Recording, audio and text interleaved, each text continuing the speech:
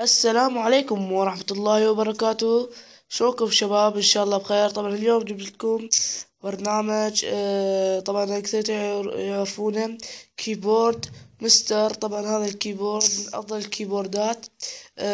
طبعا هذا مثل ما تشوفونه. حخلي لكم الرابط أسفل الفيديو، وحشوفكم الطريقة كيف تفعلونه على جهازك الذكي الأندرويد.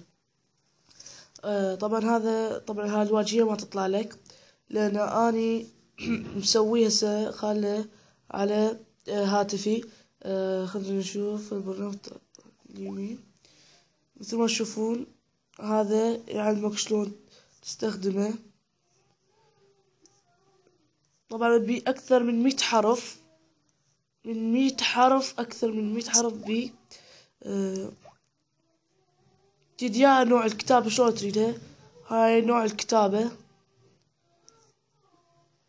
تدروا هيك هاي أنواع الكتابة البي. طبعا هسه وثيم الكيبورد.